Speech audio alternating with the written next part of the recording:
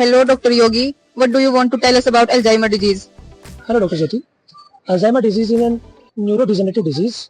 In this disease, mainly the cortex part of the brain is involved, and specifically it is disease of parietal and temporal lobes. And since temporal lobe is affected, therefore a patient of Alzheimer's disease often complains of episodic memory loss because hippocampus, which is responsible for episodic memory, is very close to temporal lobe and it undergoes degeneration. Also, we should remember 4 A's regarding Alzheimer's disease. First is amnesia, which is the loss of memory. Second is amyloidosis, which is accumulation of an abnormal protein in the neural tissue. The third A stands for atrophy of neural tissue, and the fourth A is for the neurotransmitter acetylcholine. This acetylcholine decreases in a patient of Alzheimer's disease. In addition, we should also remember certain facts. For example, tau protein gets deposited into the neural cells, results into formation of neurofibrillar tangles, and also on histology we can appreciate anilneurotic plaques, which are due to the deposition of an subunit of amyloid protein, which is 8-beta-42, and this is a toxic subunit of amyloid protein.